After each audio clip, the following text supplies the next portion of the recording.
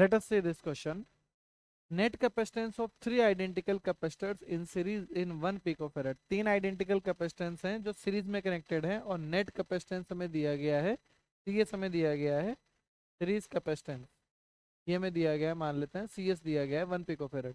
What will be the net capacitance if connected in parallel. अगर parallel में connect कर दें तब क्या वो कैपेसिटेंस होगा अगर उन तीनों कैपेसिटर्स को सीरीज के बजाय पैरेलल में कनेक्ट कर दिया जाए। Find the ratio of energy stored in two configuration if both these connections are connected to the same source। इसका मतलब हमें क्या दिया गया है, सेम सोर्स यानी कि सेम वोल्टेज दिया गया है। पोटेंशियल क्या दिया गया है, सेम पोटेंशियल, यानी कि पोटेंशियल हमारे पास में सेम है।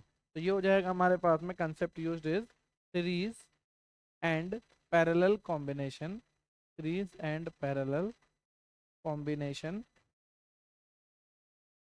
Of capacitor. देखिए सबसे पहले हमें क्या दिया गया है कि तीनों कैपेसिटेंस कैसे हैं, सीरीज में कनेक्टेड हैं, तो उनको सीरीज में कनेक्ट कर देते हैं इस तरीके से। तीनों के कैपेसिटेंस हम लोग मान लेते हैं कितना है, सी।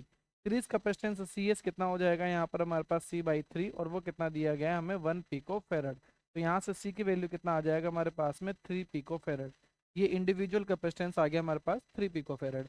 अब अगर इसी तीनों कैपेसिटेंसेस को अगर हम लोग पैरेलल में कनेक्ट कर दें इस तरीके से, तीनों कैपेसिटेंसेस को अगर पैरेलल में कनेक्ट कर दें सी सी और ये सी, तो पैरेलल कैपेसिटेंस हमारे पास सीपी हो जाएगा कितना, 3C।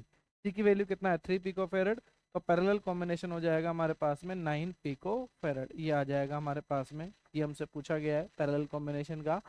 अब नेक्स्ट हमसे पूछा गया है find the ratio of energy stored in these two configuration if both of these connection are connected to the same source.